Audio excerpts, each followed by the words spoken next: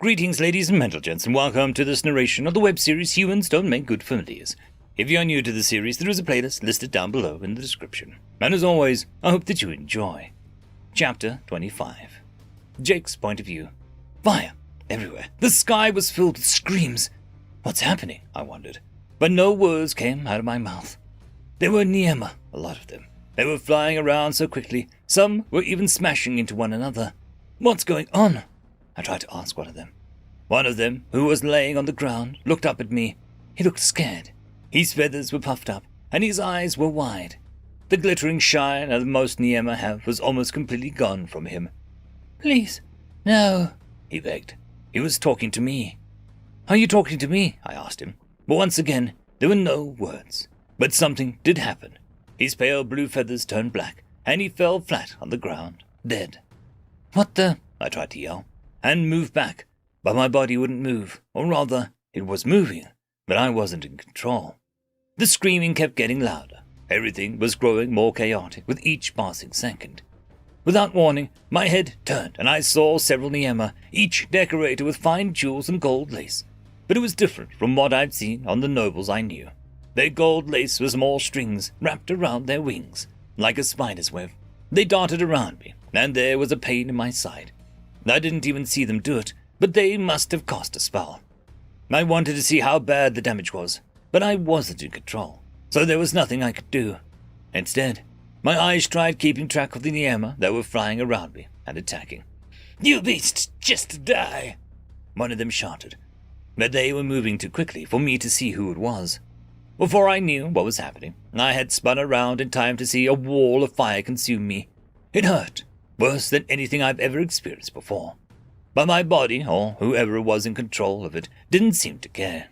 The flames died down after a second, and I saw the Niema who cast the spell, perched on a nearby building, looking satisfied. I was still writhing in pain, but after a moment it started to fade. Then the Niema's look of pride turned to terror. That's not, the Niema started to say, but as his sparkling feathers turned black, he fell quiet and dropped off his perch, dead. Stop, please stop, I begged. I wanted this nightmare to end. I didn't want to see this evil. If I had control of my body, I would have been in tears or throwing up. My body didn't listen to my begging, no matter how much I did it. It simply kept on its rampaging, never bothering to block attacks or even dodge them. It simply took them, endured the pain, and then the pain went away. It killed and killed for what felt like hours, and I was forced to watch it all happen. It didn't stop with just Niema. It killed the animals, the plants, and even the insects on the ground. Only once the entire town and everything in it was gone did my body finally stop, and the world began to fade away. Why? Why was I? Why do this to me? I screamed. With the nightmare over, I felt like I was floating in an endless void. There was nothing to my left or my right, not up or down. There was just darkness. I wanted there to be something, anything. Normally, when this happened, he shows up. But not this time. This time, I was jerked awake, back in my mum's house, lying in bed. My eyes popped open, and I immediately rolled off to the side of the bed. I was throwing up and crying before I knew what was happening. My whole body drenched in sweat, and I couldn't stop shaking. What was that? I sobbed.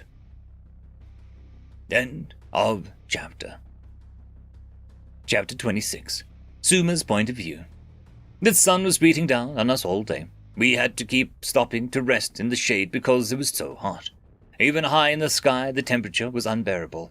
The breeze while flying helped, but not so much that we could bear it for longer than an hour at a time. If we don't pick up the pace, we won't arrive at the capital on time, one of the Niema I was traveling with said. It was one of the lieutenants.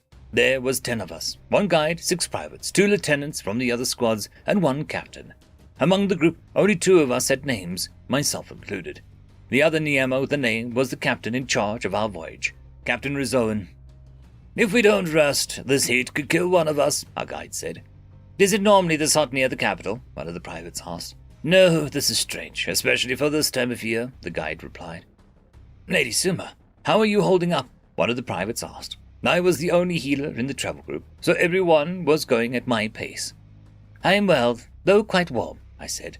We were currently in a small stream, drinking and cooling off. one of the privates used magic to create a shade by molding the ground into a small shelter.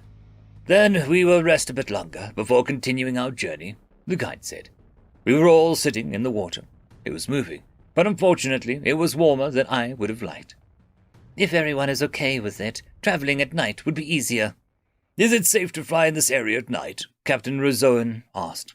In this area, yes. There are no native species here that can fly, and the dangerous ones wouldn't be active in the heat, the guide replied. Then we shall travel at night. The captain turned to the rest of us. Everyone get some rest. We'll be traveling tonight, so sleep while you have the chance. With that, I settled deeper into the stream and let the waters cool off my feathers. I took a moment to look out at the scenery. I had never been this far east before, and so this entire area was new to me. It was a desolate wasteland of sand and rocks. In the entire previous day of our journey, I had not seen a single plant or animal. When I asked what this place was called, the guide told me that it was known as the Evil Sands. I watched the desert for a while. The heat made the sand shimmer and distort the area, and occasionally the winds would sweep through to cause small dust storms. But that was the extent of it. The stream itself was fairly nice, but so much that I could have fallen asleep in it. For all that, I went and rested under the shelter. Once everyone was inside, the entrance was sealed shut, and we all went to sleep. Hours later, we were awoken by the guide, who said the night had fallen. We all got up, ate, and took to the skies again. The moon was out, but it was not full tonight, so we simply kept in tight formation and made do with the little light it produced, and the glimmer of our besmears. At night, the heat was not an issue, but the cold was quickly becoming one. Why did the weather change so drastically? I asked the guide. That's normal for this area, but the cold is usually worse this time of year. We seem to be having a heat wave. Be glad for that. We wouldn't be able to travel at night if the temperature were normal. How cold does it normally get here? One of the privates asked. Cold enough to kill in the winter, and hot enough to turn sand into glass in the summer. This area is very dangerous. There is no vegetation to hide under or perch on, and the only way to keep warm because of it is to use fire magic all night. The heat is the reason that we must travel at night, and that same heat is the only reason the cold is not getting us, I thought. Is that why there are no animals here? Another private asked. There are a few species in the area. They are nocturnal in the summer, but not in the winter, the guide said. I have not seen any vegetation since entering the desert. What do they eat? I asked. Each other. What a happy conversation this turned into, one of the lieutenants said. The night passed, and we did not stop for the rest of the journey. The sun started to rise just in time for us to see the capital of Ambos peek over the horizon. There it is, everyone. Not much longer now, our guide announced. When he was said that, I remembered something important. The capital city does not have the set name. It changes with the current ruler's name. Traditionally, it would be his name first, followed by the country's name. But there have been instances in which the country's name came first. What is His Majesty's, that is, the King's name? I asked. Queen, actually. King Ompert died last year. His daughter inherited the crown. Her name is Ompera, and the capital's name has been placed before her name at her request, Captain Rozoan explained. Ambos Ompera, I thought. How large is the capital? You mentioned that you are from Zack-Hashem, right, Lady Schumer? It's about twice the size of that city in terms of occupied land, and it has at least 3 times the population, the captain said. Is Zack-Hashem a large city? I've never been, one of the privates wondered. It is. We even have a grand sanctum, I told him. All right, everyone, prepare to land and summon your documentation. We need to register our arrival, the guide said, and started flying towards a large dome-like building outside the walls of the city. Follow me. He dived down, and we all followed suit.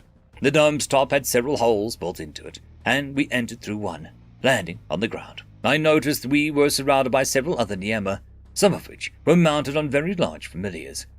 State your business, one of the Niemas said. We are here to enter Ambos Ompera. We have our documentation here. We all summoned our individual permits and notices.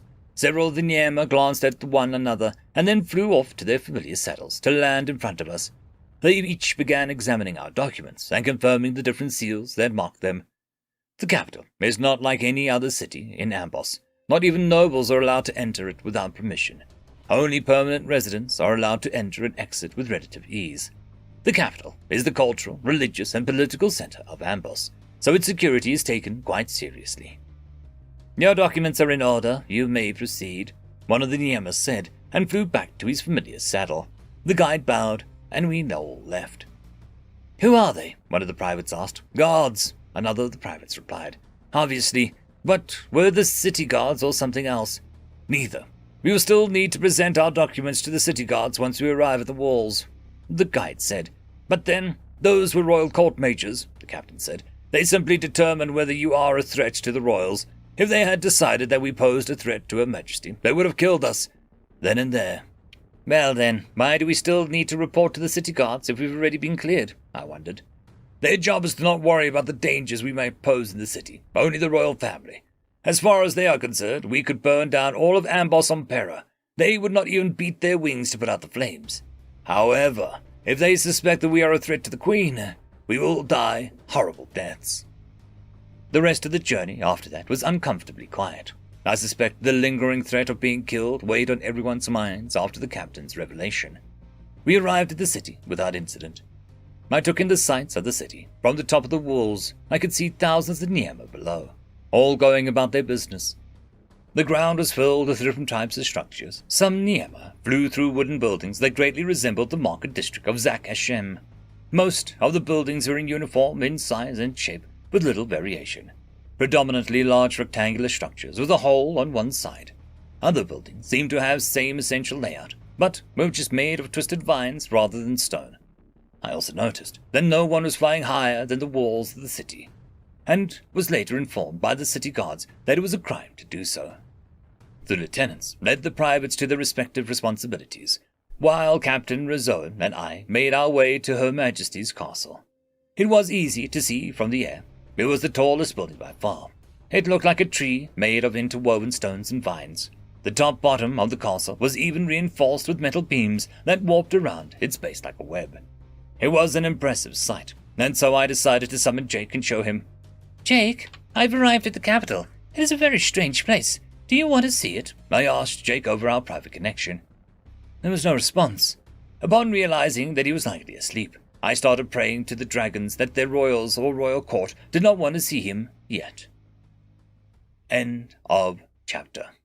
I would quickly like to thank the T5 channel members and Patreons. Caspar Arnholtz, Cam Maxwell, Lord Azrakal, It's Difficult to Pronounce, Dragzoon WRE, Holly's Sister, Arcadian. Thank you very much.